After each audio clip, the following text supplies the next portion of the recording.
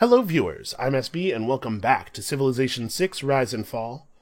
I'm gonna be honest with you, I don't 100% remember everything we did last night. Some people will tell you that it is not a good idea to start a new series on a strategy game when you've been awake for 22 hours.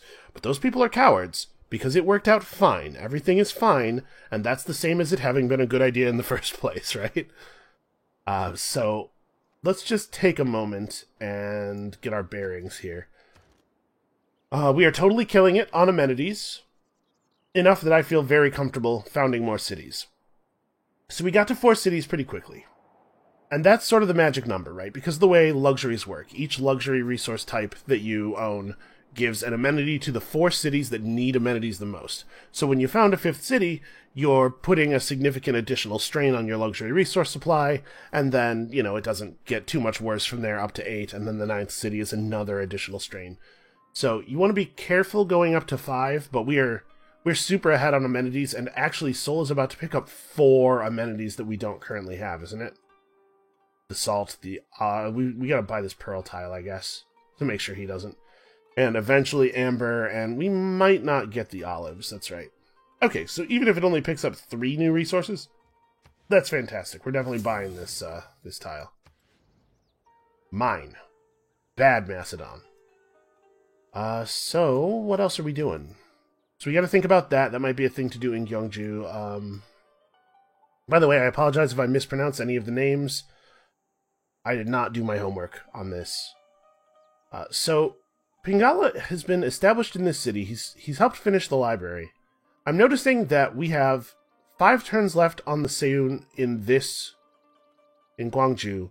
Maybe we bounce him over to here. He'll get established right as this finishes, and then he can help rush the library here. He is giving us 20% science and culture output in our capital right now, and we get an additional 10 from our leader ability, right? Yeah. So if we do bounce him over to take like 2 turns off of this library, we're going to lose a 30% output bonus to our science in the capital. Also our culture, but it's not even 1 right now. But that's a lot of science. Yeah. We're only outputting a total of 20 science over the entire empire. You know what? I think it's probably better to leave him where he is. We need to buff up the culture output of the capital, though, or we're never going to get any of the cool social policies. There's some neat stuff at the top of the tree. So are we doing anything else? Jeonju really, really needs the housing. You know what else we really need is trade routes. We need way more trade routes. Okay. Let's push on here. I think I'm caught up. I think I understand where we're at now. What's happened? Oh, yes. Right. Building science building gives us era score. Pretty okay. Well, let's go march on these barbarians. I'll run the scout up the coast here so that we get vision of these sea tiles. I'm curious if this is like a little island over here that's just on another continental plate, or if this is a real landmass.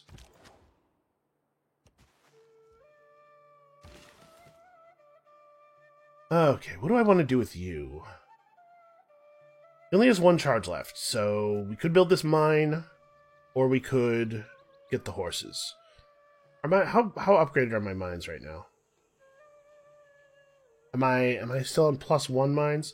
So I don't think I talked about this last night, but as you go through the ages, let's see if we can find one.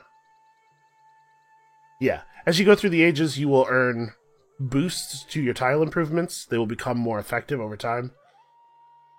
I think we're still in the era of mines only adding a single production. Which means that the amount of production we would get from building a mine here is the same as the amount of production we would get from building a horse here, or building a pasture on these horses. But this would give us a 3 food 2 industry tile, which is very powerful. It's a good type of tile. We've done very well by them so far. I think I would rather have that than the mine. Oh, except we don't have any money. I just spent a bunch of our money, so we might not have a lot of choice. Okay, we're going to take the hill naturally in 5 turns. And this does give us 1 extra science. I think that the 3 food 2 industry tile is probably better than the 2 food 2 industry 1 science tile, but Also, I'm not going to argue with the fact that this tile is going to be free. Would I rather move the scouts or this builder somewhere and make something else happen? How's Guangzhou doing on growth? It's kind of slow. We could run him over here and build this rice farm. How many turns is that? Yeah. Because the farm will add a food, and then the Seiyun will add a food, and that'll be a 5-food tile, and that'll help a lot. Oh, hey, I was just saying, we need trade routes really badly. But I'm also interested in the government plaza. It gives 8 loyalty per turn to this city. So I wonder if we should build it out in Seoul instead? Because Seoul is our city that's going to have the most loyalty pressure from other civilizations, at least for the foreseeable future. Well, whatever we do, I think we want the commercial hub first. So I guess I should mouse over this. The commercial hub will, first of all, just output money. And obviously, we're making great use of our income. We have a strong treasury, and we're getting good stuff out of it. But the commercial hub will eventually give us access to another trade route. It used to be just putting the district down gave you another trade route capacity. Now you have to build the first building before you get it. Which I guess means that it's even more important than it used to be. So it gets plus gold output from being next to a river. We definitely want to build it along the river. I think this hill tile is a fine place to put it, or like over here maybe. What I'm thinking is it gets plus 2 gold from being next to a river. It also gets plus 2 gold from being adjacent to 2 districts. We don't want to build it next to the Seiyun because it'll damage the Seiyun science output. But if we put it like here, we could potentially build something else around it to buff up its gold output. But this is a hill. If we built it over here instead, we wouldn't be burning a hill, because the tile that the district is on will lose its normal yields. It will just be the district. I guess I'm not really too worried about increasing the gold output of this thing later. Why don't we go ahead and just put it on the flat ground? Yeah, that seems fine to me. Okay. I'm debating stepping our Sleeger forward to meet Macedon. They can't declare war on us if they haven't met us yet. I think that's going to be my guiding principle. We're not going to meet them because I don't want to have to worry about them declaring on us. Okay. So we need to build another builder in the capital. We need to be thinking about settling again.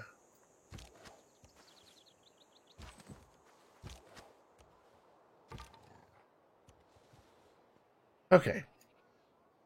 So we finished masonry. I probably want to finish the encampment before putting up walls. How much production is it going to take to put the walls up? Yeah, okay, it's huge. Part of the reason we need more trade routes is we need Seoul to have a connection back to our other cities so that it can get industry from them. So that was a little bit of a danger, like a panic move, really. Now we can start moving forward down the tech tree again. So if we research a thing in the medieval era, if we're the first person to research a thing in the medieval era, I believe we get an era score boost for that, right? I think we did last time. Why don't we head toward apprenticeship? Apprenticeship gives us the industrial zone, which is a district that will help buff up our industry. Yeah, we could definitely use it. So that'll take us through archery and horseback riding. We are about to have access to horses, and horseback riding will give us some pretty okay military units off of those horses. The horseman is sort of like the premier early game unit killing unit. They're not super amazing against cities, but they sure do kill other units effectively. Although we do actually have iron, so I guess I'm not too worried about us getting rushed by anybody else's early units, because we can make swordsmen, and swordsmen are a big deal. They're pretty alright. Oh, Hatton. Hatton has very poor loyalty. Alright, so The real flourishing of the classical era began with the rise of political philosophy in Korea. So our empire has made history for being the first person to get a classical era civic, or maybe it's just that we get era score every time we advance into a new era ourselves. It's not a global thing at all. Whatever, points is points. I'm not upset. So let's have a look at the loyalty lens here. Yeah, they're getting mega loyaltied by us. Ooh, what is this? Oh, that'll be Britain, obviously. So Queen Victoria is out here somewhere. We don't really have a great idea of what the map looks like beyond Mohenjo-Daro. It could be that this is pressure coming in over the ocean. It also could be that this landmass like hooks around. We should probably build some boats. Jeonju will need to make us a naval unit or two so that we can explore the coast. Well, that means that these spices are not available to us anymore. But maybe this city will become ours? I don't know. I don't know how this is going to work. What was I saying? I was doing something before that happened. I don't remember. Whatever. We've unlocked a new government type. So there are a couple of concerns here. First of all, what is your government type? You have an oligarchy. Okay, so no, we definitely were not the first person to hit the classical era stuff, because he already has a new government. We have 2 new gossip reports. Arabia has been targeted for a declaration of war by Kandy. Kandy is a city-state, so somebody who has that city-state, or somebody who is the suzerain of this city-state, declared war on Arabia. Arabia is expanding. Yes. Our delegate is doing fine work telling us things that we definitely already know. So he's an oligarch. Generally speaking, civilizations like it when you are the same government type that they are. So we're picking a new government. We could become oligarchs. Land melee, anti-cavalry, and naval melee class units get +4 combat strength. We get unit experience. This is a good one if you're going to war. We could become a classical republic. All cities with a district get housing and an amenity, and we just get 15% extra great person points. And you can see the card slots that the governments have. So we're going to unlock our first purple slot with this new government. The autocracy gives +1 to all yields for each government building and palace in a city, and +10% production toward wonders. I think we're going to go classical republic. We're not making a huge use out of our red slot right now. Yellow slots would be more useful.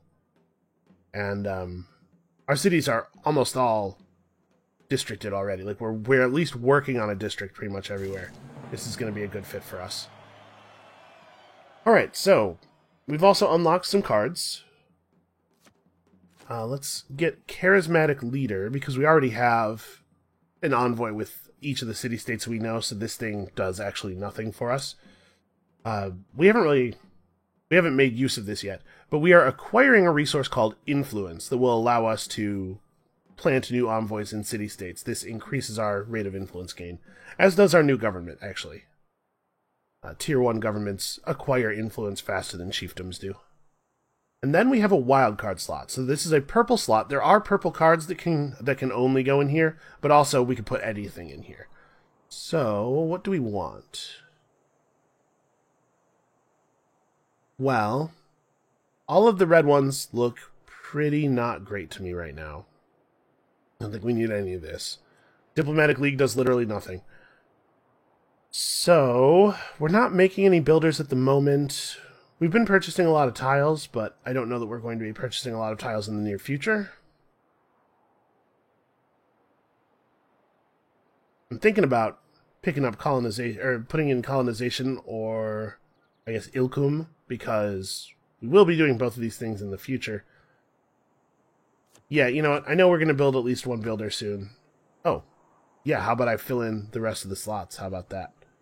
I guess we could just do both of these, and we can switch in colonization when it's time to actually make the, when it's actually time to make the settlers, because that might be a few turns away from here.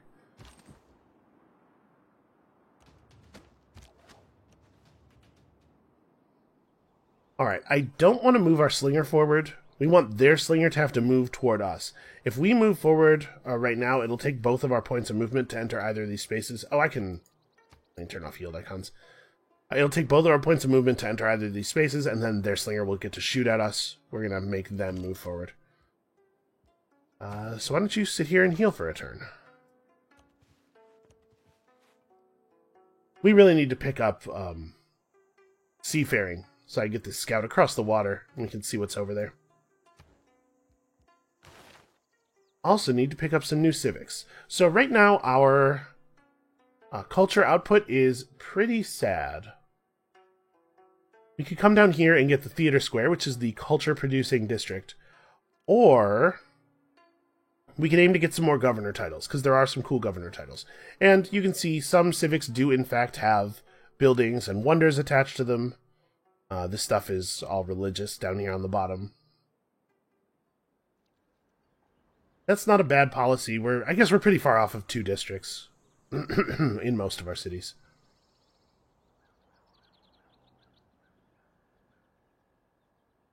The Bastion's military policy is pretty good. We could put this in our wildcard slot in an emergency if we do in fact get attacked by Alexander of Macedon, but I think I'm going to head toward recorded history. We're actually just about to hit this boost in a turn, and the wonder that it unlocks is fine. Oh, did they buff this? Receive a random tech boost after another player recruits a great scientist, I think might be new. But this card is really what you come to recorded history for. Doubles your campus district adjacency bonuses. I'm not sure, does this work on the Seiyun's base +4? Because it's not an adjacency bonus, but it's displayed on the same lens that adjacency bonuses are normally displayed on, that thing that pops up on the map when you're building it. I don't know, I guess that's a thing that's worth testing, at the very least. My guess would be that it does not work. Alright, so our progress toward recorded history has been boosted.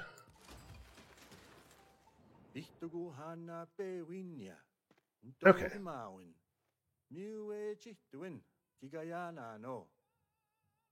Another new leader. I don't really know anything about this guy. Alright, we're going to be diplomatic and polite.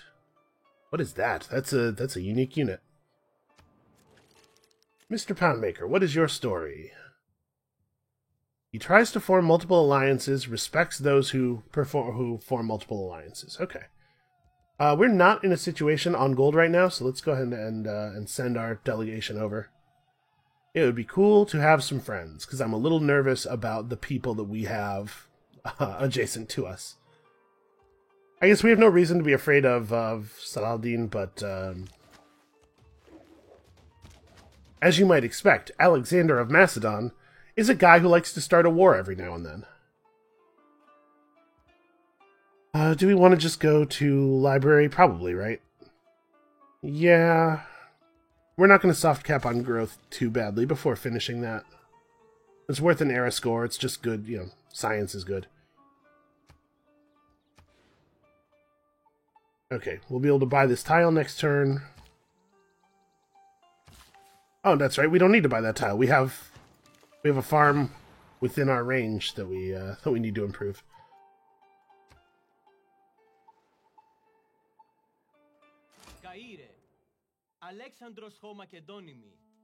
Well,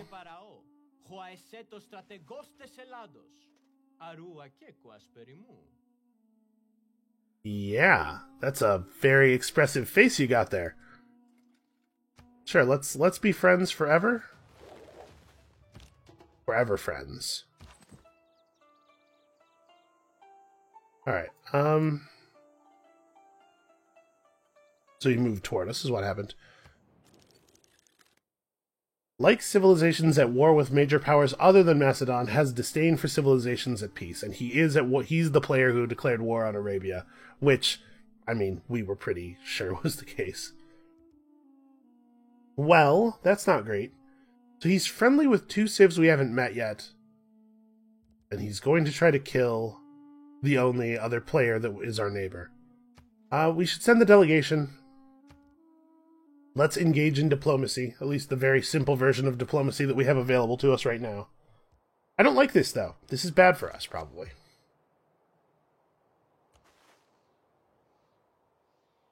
Let's see here. We gotta threaten these guys. I think we probably have to fall back. This is actually, This is a position we may not be able to get our slinger out of, because we can't move across the river with only one movement point. It costs multiple points to move across the river.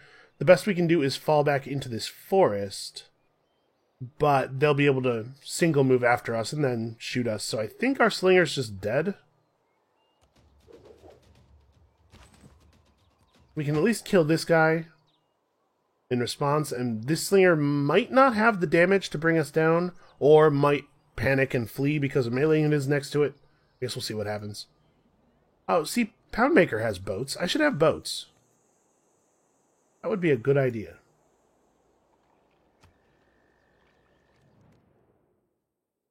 We would like some of our iron in exchange for 6 gold per turn for 30 turns. That is considerable. So, the deal with strategic resources. You can build a unit that requires strategic resources in any city that has an encampment. Or, if you have more than one copy of the strategic resource, you can just build a unit that requires the resource in any city. As it stands right now, if we trade him this iron, we won't be able to build swordsmen in most of our cities, but we actually still will be able to build them in the border city where they're most important, you know, once it gets its act together and finishes its encampment. So basically what I'm saying is I don't think that this is a big threat. I don't think that there's a lot of value in us holding the second iron, and this is a considerable amount of money. Plus the AI likes it when you trade with them. We can acquire a little bit more approval. Okay, I was afraid of that, but wasn't much to do about it by the time I noticed it was happening. Right, so we'll back off away from the spearmen. We'll take this promotion. We should probably get some better military units. Oh hey, we finally made it to the salt. Boy, we are really raking in the cash. So we have to build this market in order to get access to the extra trade route, and I think that's a pretty important thing to do. But let me turn yields back on. This is probably a pretty good time to put out another settler if we're doing that. Trying to analyze. Like, I still want to settle near the Torres del Paine because there's a lot of decent to good tiles here. One really, really good tile. I'm trying to figure out where I think this the settle should go. Does this count as a mountain? I know that's kind of a funny question, but there's a reason that I ask it. You can learn to build aqueducts. The aqueduct can only be built adjacent to the city center, and it must also be adjacent to either a source of fresh water or a mountain. If the city does not have fresh water, it gives you the freshwater boost, basically. So this doesn't say explicitly on it that it's a mountain, and sometimes, I know in Civ 5 at least, sometimes things were weird and they did not, natural wonders were not the thing they appeared to be from a game mechanics perspective. We could found the city like... Yeesh. Founding the city anywhere near actual freshwater, unfortunately, means we don't get all the good tiles. Like, founding the city right here means we would have access to rice and cows and more rice and these good tiles, and if we can make an aqueduct on this tile, that would be pretty alright. I guess we'll find out. Let's do the test. So the question is, do we need the settler or the trader more? Trader's 220 gold, settlers 680. Okay, let's build a settler, we'll buy the trader. We're not that many turns off of that, actually. We're really, really raking it in. We should probably get the same going. Have to spend a couple of turns, more than 2 turns worth of gold, which delays our trader, or lose our best industry tile in the city. I think that building it here is wrong. I think we want to keep that tile available.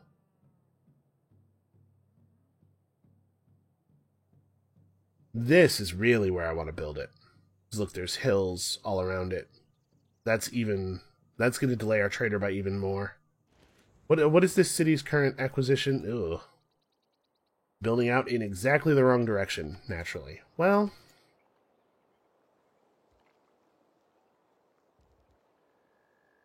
What am I thinking? I'm still very old school Civ in my brain right now, thinking, well, we got the commercial hub, so we have the trading capacity, but we totally don't. So let's spend the gold. You have to buy the market or build it. What would it cost to buy the market?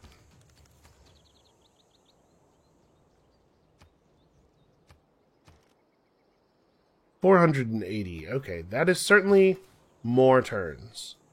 It's probably a good thing that they made it require the building as well as the district, because it was very easy to expand your trade before, but I'm a little bummed out about it right now. So we need sailing before we can pick up the pearls. Right now we can't go out on the water.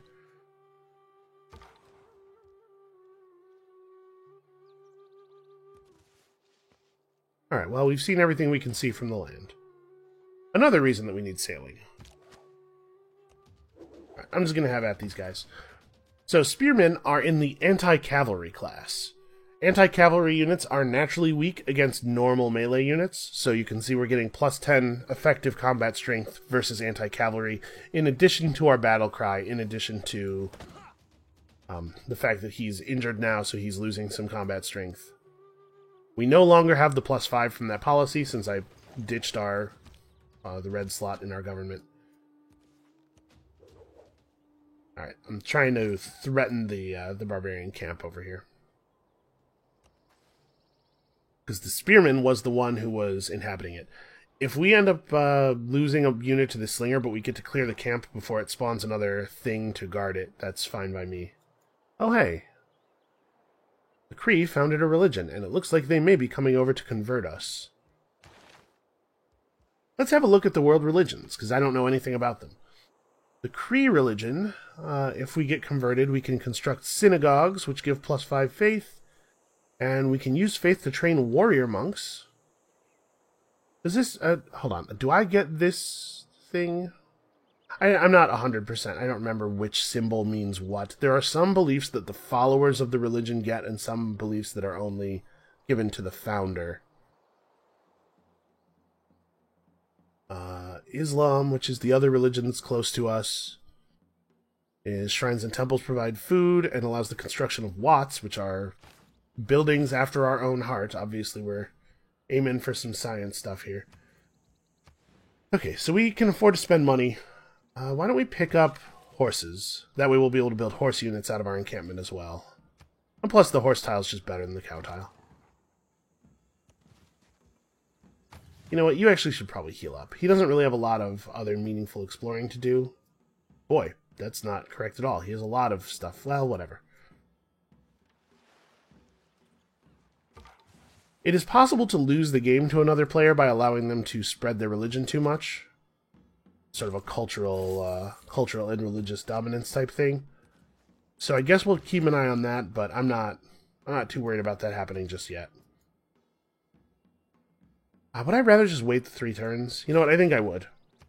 We have some other stuff we would like to buy.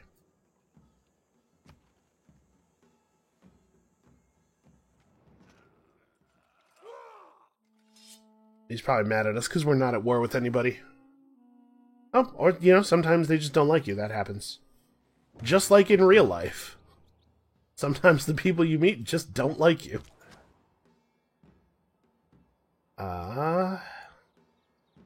Well, this poor guy's dead. It's possible that the scout will fail to finish the job. We're going to run toward our city. If the scout does fail to finish the job, we'll probably get away. We'll make it back to the city and be able to heal. I'm going to have our warrior just fortify in place and heal up, because I don't want to approach the slinger while our health is that low. Alright, I think on the whole things are going pretty well. Where am I getting faith from? Oh, right. That a nearby foreign city has declared independence. Oh, wow. That then flipped to a free city. And it's immediately at war with Arabia. That makes sense, I guess. Probably those Arabian soldiers are like, hey, get back in the empire. Nearby civilizations exerting loyalty or using military force may soon gain control of it, and you can see that's our nation's symbol there. So we need to move our slinger down here. to help Hatton fend off the Arabians, and then we can maybe get the city for free. Also, Barbarian Camp. You can see this scout has spotted our city. We're about to have some issues over here. Fortunately, the encampment's just about done. And I'm going to run this scout down here. There's actually a ton of land near us that we have not yet explored. Okay, the scout did not attack us. I think we're home free. I think we make it. And this guy will be healed up before the slinger can get back to him. So I think we're in good shape here. Oh, somebody likes us. What's up with that? We sent them a delegation, same government. We met them in a friendly manner. See, that's all it takes.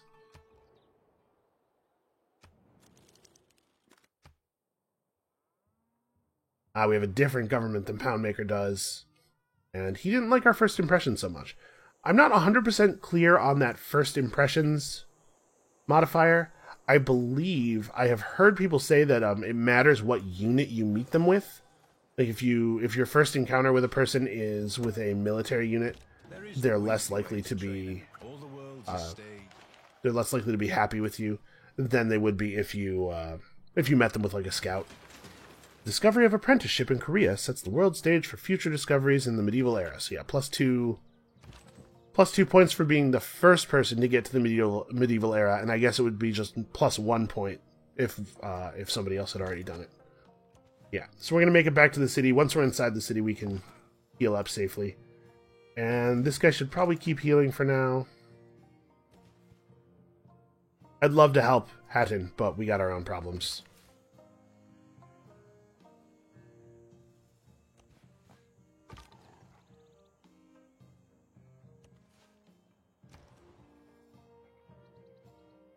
Okay. We can now make industrial zones. I think I might just go library, though. Let's just really lean into the science game. This is the thing we're good at. Let's play the linear. Alright, we should probably dismiss these. Gwangju has run out of housing. Okay. We'll work on it. Yeah, so see, like I said, you hit one below your housing soft cap and your population growth slows dramatically. It is possible to end up way above your housing soft cap if you just have a huge amount of food. Alright, so now we've got access to apprenticeship. We've got access to a new and very powerful industrial thing. Let's grab sailing real quick, and then shipbuilding, which will allow all of our land units to embark. We can keep exploring, because I would really like to find another place to put down cities.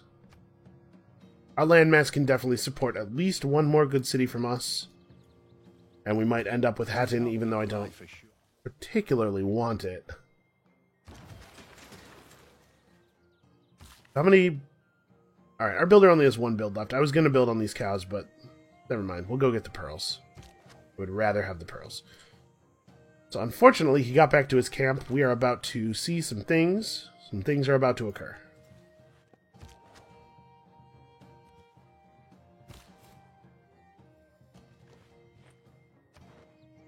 Oh, and we've accumulated enough influence to place an envoy. I think we should probably place our first envoy right here in Mohenjo-Daro. We could place one in Valletta. That'll give us an additional 2 production. Oh, in every city with a barracks or stable building. They changed these. So it used to just be in an encampment. Now it requires you to have the first encampment building as well. So yeah, we'll just place one in Mohenjo-Daro, because going up to a single envoy gives us 2 additional culture, which is actually a significant percentage increase in our culture. And here, I suppose, the time has come to build the market. Yeah, it makes more sense to build the market than to wait and buy it, I think. And then we can buy the trader as soon as the market's finished.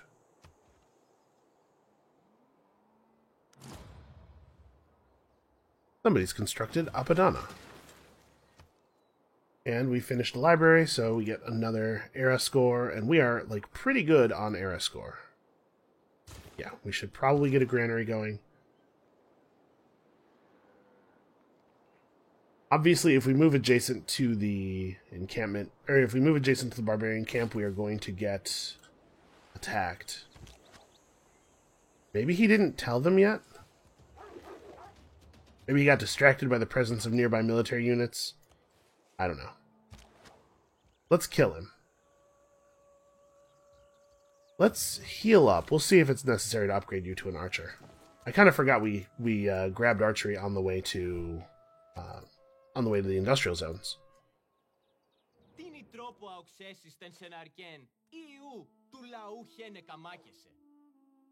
Yeah. So he's just going to shout at us until we enter a war with him, basically. He doesn't want us to be at war with him, he just wants us to be at war, but if we're not at war, he'll hate us enough to go to war with us over it, probably. Alright. Oh, your district planners have worked out the basics of geometry. So when you complete 3 different types of districts, you get the mathematics boost, and this was our 3rd type after the commercial hub and the Seiyun. Alright, so we now have access to even more luxuries. Oh, and that was the, that's right, Mohenjo-Daro wanted us to get the military training boost, didn't they? So we got another envoy with them, which means that our previous envoy didn't really have a lot of value. Alright. That got cleared without us. That's fine, as long as it's gone. We are, by the grace of God, Victoria, Queen of the United Kingdom of Great Britain and Ireland. And soon, dare I say, the Empire. She's one of my favorite civs to have as a neighbor, just because I think all of her animations are really spectacular. Yeah, let's be friends. For example, let's be friends. She's like, okay, I guess. She's a classical republic. That's good for us. Let's send her a delegation. We might be able to make some friends here. So what is it that, how do we meet her? We saw her great Admiral Artemisia. I guess I should have looked at her agenda while we were here. Like civilizations from her home continent, wants to expand to all continents, doesn't like civilizations on continents where England has no city. That might make things difficult for us. And I really, I don't want to help her get a city over here. This is my land, so that might be a source of some friction. Alright, I'm going to rebase our trader in Seoul, because it's the city that the trader is issued from that gets the resources.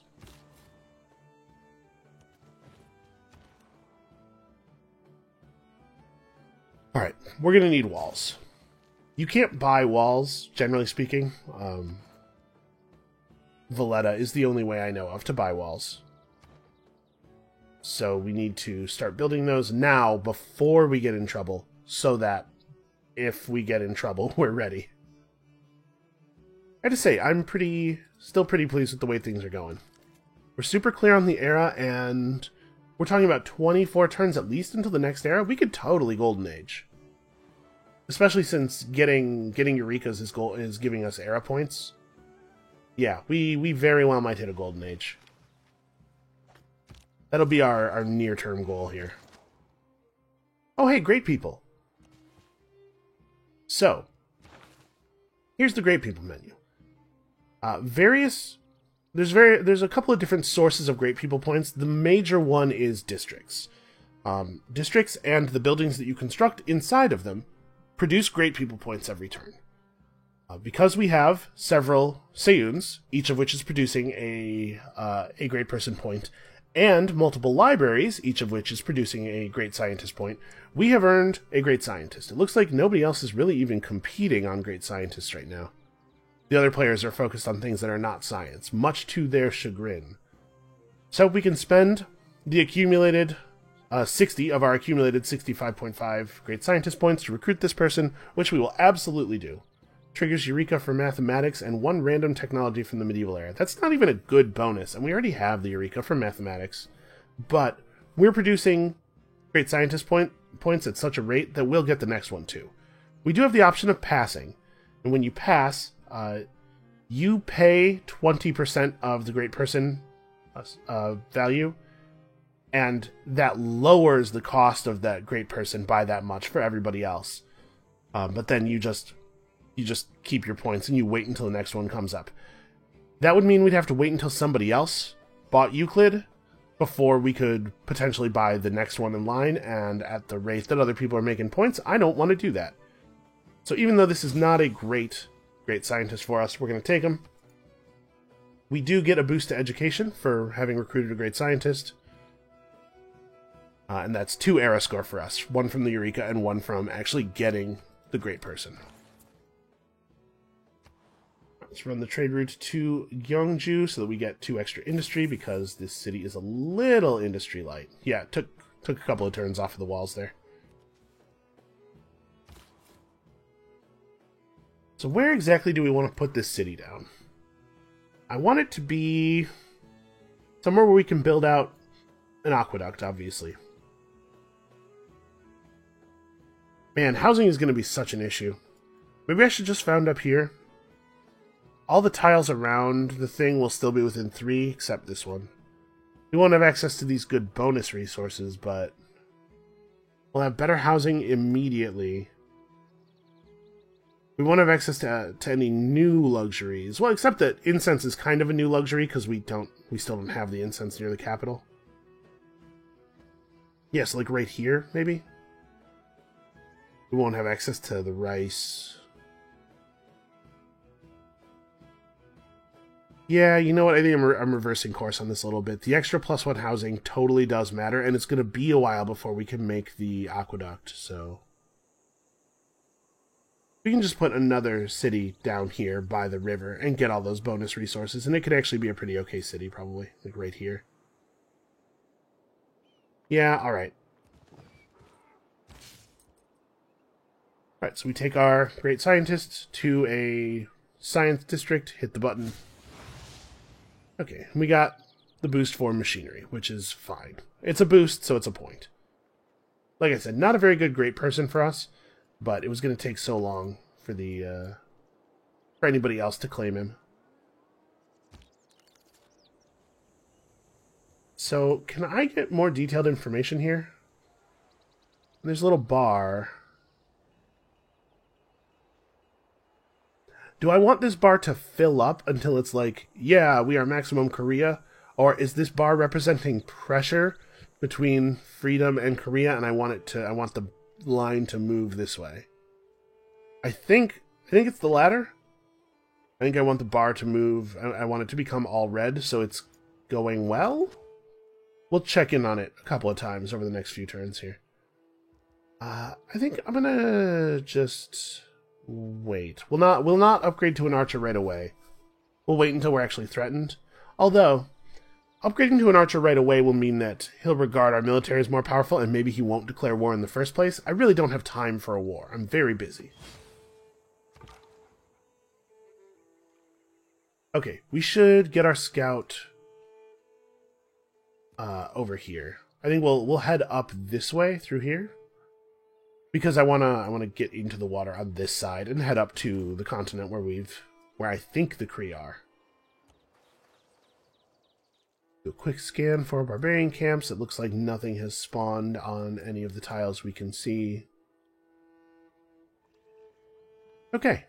Things are going well. We're about to get another era point that'll leave us 7 off of what we need to hit the Golden Age. We have the option to join other civilizations against a larger threat. Oh, an emergency. Hold on. Can I look at this in a second? Sean, please. Shh. Okay. Macedon has taken my source of culture. I don't care for that. That is a problem. So let's see what's up with this emergency. Alexander has captured Mohenjo-Daro. The conquest of Mohenjo-Daro is a matter of great concern. The members of this emergency must liberate Mohenjo-Daro from Alexander. You have a chance to join an emergency against this target. Those who join will need to liberate Mohenjo-Daro within 30 turns. If we succeed, we will be rewarded. If we fail, Alexander will be rewarded. All members will have peace, open borders, and shared visibility with each other. All members will go to war with the target. Ooh. Man, I wish this had happened like 5 turns from now. Our walls are not complete. So if we succeed, we'll get 1 gold per turn for each of our envoys. Permanently? And we'll split a pot of 2,400 gold. If we fail, Alexander's trade routes to city-states will get +2 gold per turn, probably because those city-states are trying to pay him off, and he'll get 800 gold for each person that dared to stand against him. Oh, man. 30 turns, huh? I want to do this. I don't know that this is necessarily a good idea, but it's my first emergency and I'm excited to participate. But each of them is also receiving this message, and they will each decide to accept or reject on their own. If I go in on this and I end up alone, so that I'm at war with him and he's pushing on us, like, that could be pretty bad. And I have no idea what the situation is over here, in terms of, like, what pressure Arabia and England are able to put on him to draw his troops away. They are friendly with me. The AI loves war. I think they'll accept. I'm going to accept. Okay, I'm not at war with him right now. We'll be at war when the next turn starts.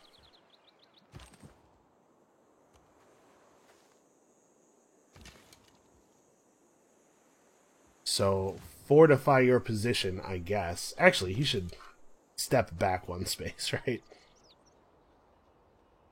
Well, I guess I don't know when the war will start. If I'm first, I'm okay with him being here. If the war starts during the AI turns before Alexander's turn, then I'd like to be back a step. Well, I guess I'm fighting through the bottleneck. His units don't have a super high combat strength. Archers do only have 15 melee combat strength. I'm going to back up just in case. By the way, notice this. I have +3 combat strength from intel on opponents' movements. I believe that's a new bonus. He's an oligarch, so his melee units are more powerful. His units just get +4 combat strength because we're on deity, and that's one of the deity things. Could be dangerous. Military tactics, perhaps? Military tradition? Grants flanking support combat bonuses to all combat units. I think we might want to pick up some military stuff. Also, we've gotten a new governor title, so hold on. Can I look at his stuff without... I'm going to assume, since we no longer have a view promotions button, that clicking this will not lock in that I want to do it with him. So we could double the Great People points output by his city. Right now, that's 2 Great Scientist points and 2 Great Merchant points from the market that is almost finished building. That's actually not bad. We don't need to push up to his endgame stuff too early. That's not bad. You know what we should do is we should probably take the war guy, right? Units defending within the city's territory get +5 combat strength. Cities get additional range strike per turn. I don't know. So once we have walls, the city will be able to perform a ranged attack with 2 range. It won't be able to hit anything, because all of Alexander's units are going to be on the other side of the encampment. And this doesn't say that encampments get an additional range strike. So I don't know. Maybe we should just hire somebody else. You know, we have a lot of other things going on besides this war. He sets up faster than the others. That's nice. Now, we're doing it. Welcome to Seoul. He'll be set up in 3 turns. The walls will be done in 6. Man, I really wish those were getting done faster. I really wish we could buy our way into those being completed. We sort of can, in the sense that we can buy a builder and make a... Wow, actually, there's only one place where we can make an improvement that increases our industry. This is dangerous. I've put us on dangerous ground. It's exciting ground, though. Let's research ironworking, cause swordsmen. We have an encampment. We can get swordsmen in this city. We may need them. Going it alone. All right. The good news is I have open borders and shared visibility with myself. The bad news is this is going to be very difficult. But hey, if I win, I get 2,400 gold. So let's start shooting at Alexander's troops. I can't believe they hung me out to dry like this. What a bunch of jerks. The AI loves war. How is it that the AI was like, a chance to attack people without any warmonger penalties? Nah, no, I'm good, thanks. Very out of character. Well, we should make units. I need a second source of horses. We could support with horses from the south. They're fast enough to get where we're going. The road from Seoul to the capital isn't finished yet. Shoot, that's bad. So I need a source of horses. I guess this city should just build an archer? That'll help eventually. And I'm going to buy a... I am not going to buy a builder. Builders are expensive. I'll buy a builder next turn. Or maybe build one. I don't know. We'll see. But like, I'm thinking we got to buy this tile and improve it so that we have 2 horses and thus can build horsemen in all of our cities.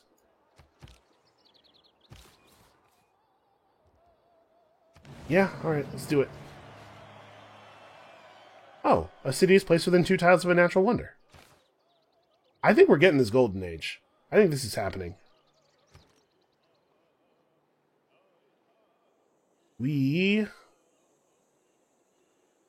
Shoot, I don't even know what to do here.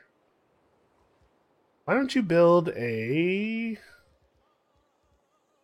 industrial zone, maybe? Like, it'll take a long time to make it, but this city is going to desperately need industry. It really doesn't have a lot of industry tiles available to it. Or, you know, it doesn't have fresh water either. Let's start on the granary. It's going to take long enough to build. It's probably a good idea to start on it now.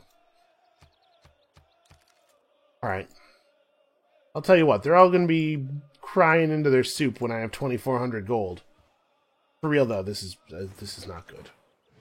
An independent city has sworn its loyalty to us. Everything has its limits. That's neat. Iron ore cannot be educated into gold. Bravery is being...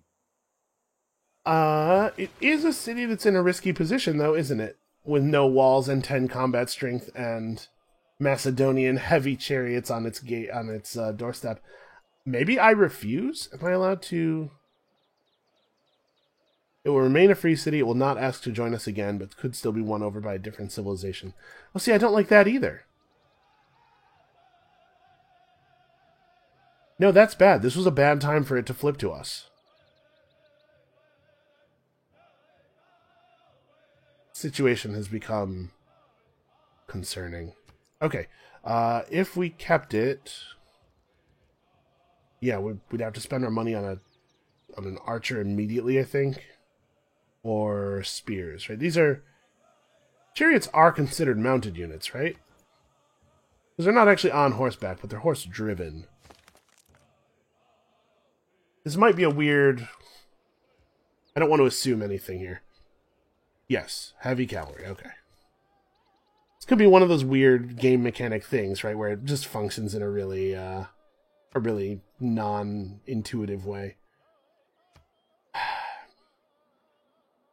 So if I don't keep it, what I'm afraid will happen is that it's going to flip to Alexander. Or rather, he's going to take it by force. So I guess it's not that different from... Yeah, I'm going to keep it. The concern is the same either way, and this is what I figured would happen. I figured we would get era score for taking it. So we're actually, like, pretty much gold here. Alright, well, it needs to build walls. It needs to purchase a spear? Probably a spear. You need to build me a builder. Ooh, we could use a trader really badly too, huh? It's going to be an exciting couple of turns, I'll say that.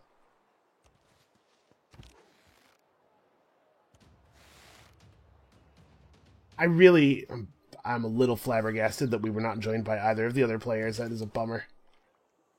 Certainly going to make things more difficult. Oh my god, it's going to take you so many turns to get up here. Yeah, alright. It turns out to be faster to go over the water. Our road situation in our empire is very poor. Okay, you make the trader. That's not too slow. Not ideal.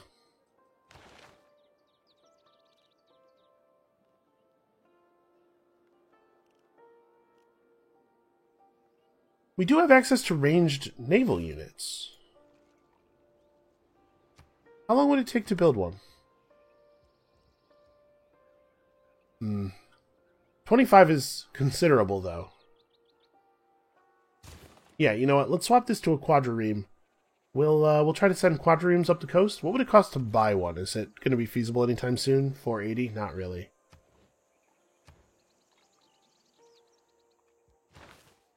Well, I did a thing, knowing it was not necessarily great, because it was exciting. And now we're going to pay for it. You know, if we go up mathematics here, we're heading toward education, which we've already boosted. Get another science building for our science district. But it will give us, if we do manage to get a kill with our spearmen, it'll give us the ability to move to pikes quite easily. And 41 strength anti-cavalry units might be just what we need to make this work. Alright, also we need to keep moving our civics along. Why don't we pick up some military stuff? So, plus 30% production toward encampment districts and buildings for that district. That could be more useful. It does give us an envoy as well.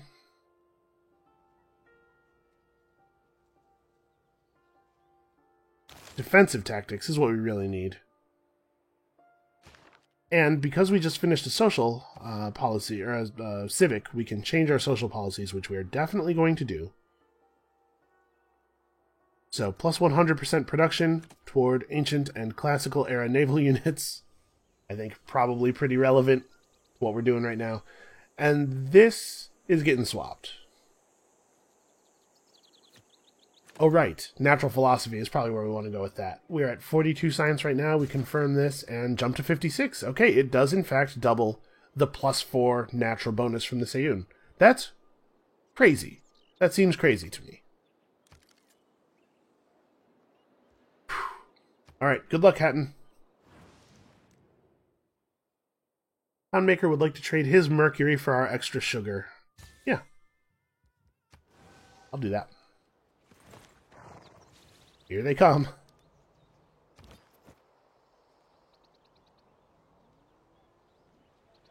Okay. We're receiving a +2 combat strength bonus due to flanking because we have another unit that is technically a military unit adjacent to him. We'll try to move our scout away so that he doesn't get murdered. He seems loath to step in and do battle, which I really appreciate. It may be that what we've done here is we've just given Alexander some bonuses. Victor is established in Seoul. We're still 3 turns out from having walls. Once we have walls, Seoul is, I don't want to say impregnable, but certainly difficult to pregnate.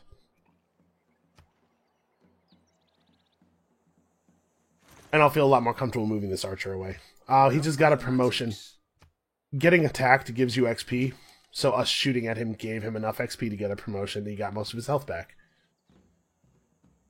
Plus 10 combat strength when occupying a district or fort.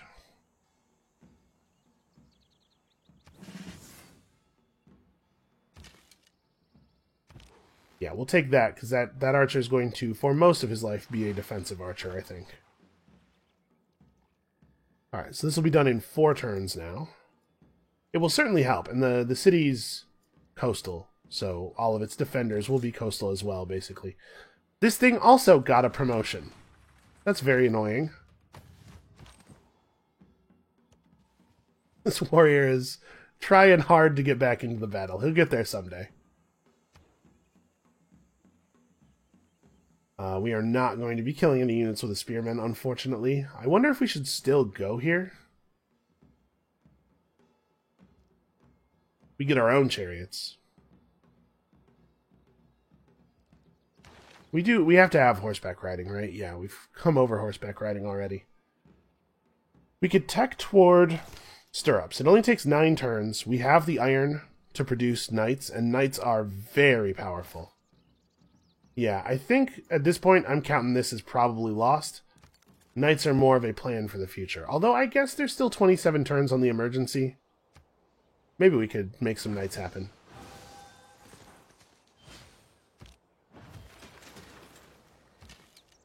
So he's just going to sit there and heal, and we're just going to sit here and gain XP off of him. Seems like kind of a raw deal, really. I'm going to do it one more time, though, because I want to keep this guy busy until the walls are finished, and then this archer will run down, and we'll see what we can accomplish over here. Is he really going after my scout? Weird.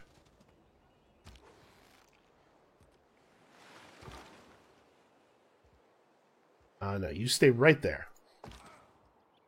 Just use the city as a buffer. Okay, this road is coming along, but it's coming along very slowly.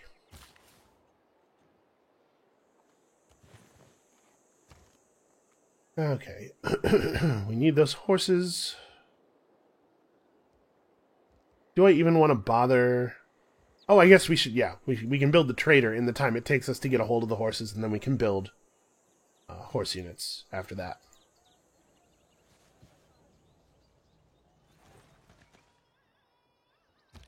Man, they want this scout so badly. I'll just be over here. Alright, we are 1 point off.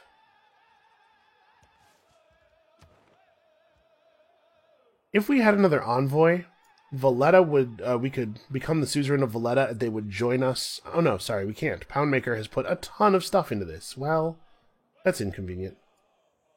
And Carthage is way too far south to be of any benefit. That's a shame. Poundmaker, what are you doing, man?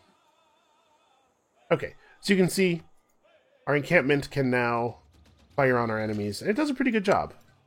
I don't think it needs the archer backing it up. You.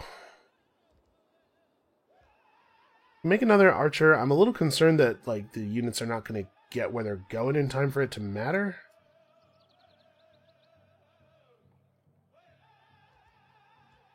We've got the Cree music going on in the background right now. So you hear your own music. There are a couple of different versions of it as you move through the game. You also hear the music of your neighbors occasionally. And we should be creating units for the war. I think that's the right thing to do. All right, here we can be making a horse right now because we have the encampment here. But I think I would rather be making a swordsman. There's slightly more production, which is a bummer. But as cavalry units suffer penalties directly attacking cities where melee units don't. And also, I'll be sad that I made cavalry units if he has a bunch of spears hidden over here. But I guess also we're about to have a good upgrade to the horsemen. So if we have some horsemen we can purchase upgrades on, that's probably wise. There is a card for producing these units more quickly. I don't know where it is. Right, because we currently have access to a card that gives us increased production on cavalry units, but it's ancient and classical era units, and the knight is the first medieval era cavalry unit. Oh well.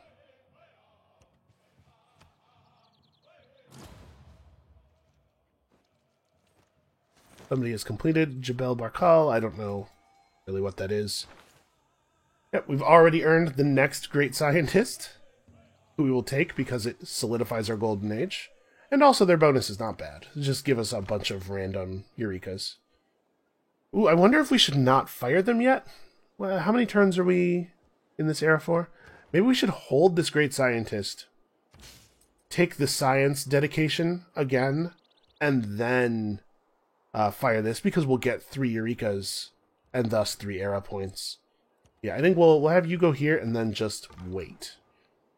Game the system a little bit, as much as we can. And I'm letting our spearmen recover before attacking again, because we don't want to attack in a way that just gives them more experience points, right? We don't want them to be able to get another promotion before we kill them.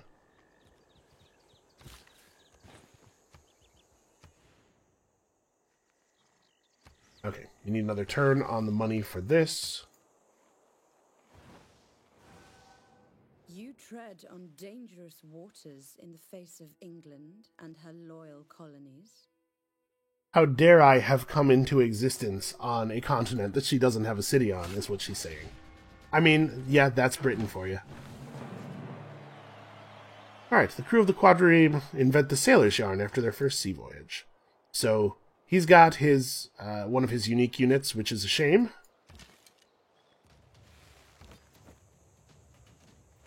Try to prevent this thing from just running over there and murdering our archer. I was kind of hoping we'd be able to kill it. No such luck, apparently. Alright, we're starting to have access to a lot of military force in this region, though. The road's getting close to being complete.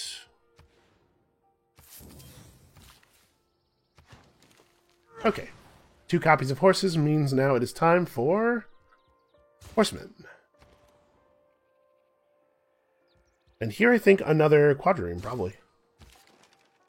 So, actual naval units are much faster on the water. We have another trader. Without a doubt, this trader needs to go to Hatton. We need to run a route that gives industry out of Hatton. Ow. If bread is the first necessity of life, recreation is a close second. Yeah, that seems about right.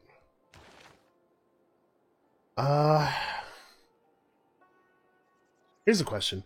Do I want to move maneuver in over maritime industries just so that we can have more horsemen for when the night tech completes?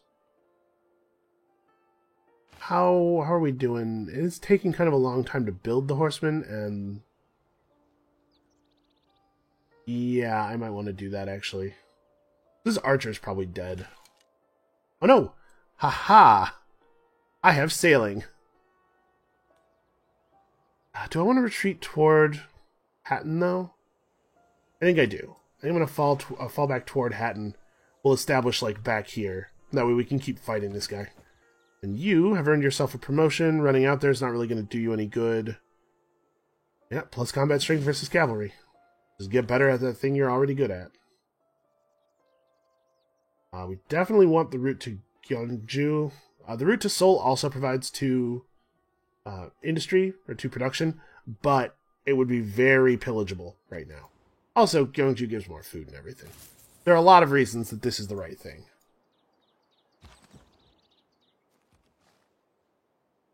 So I think I am going to swap our plus cavalry production policy in here. The second ship is way less important than the horsemen. Right, we'll be in a position to mess some stuff up very shortly here. Hey, I'm gonna make landfall here. I think this is the safest place for our archer to land. And now that you're done with that, you belong to Yangsan. Go over there and fix stuff. 22 turns left. Honestly, I'm not feeling quite as pessimistic as I was. Victoria is building wonders. The Mahabodhi Temple is a religious wonder, so she's probably playing some religion game over there as well. Let's grab the incense. And then, actually, we'll probably put down a mine right here and then grab the incense, because we desperately need some industry in this city.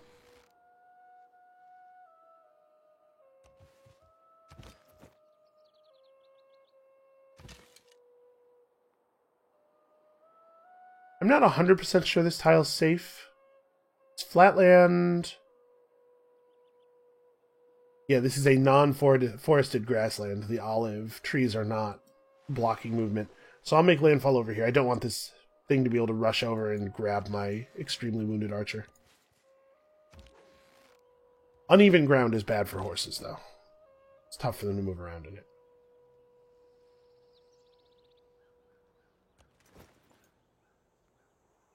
up here on this hill, with all of our bonuses against cavalry, I don't think I'm in terrible danger moving forward like this.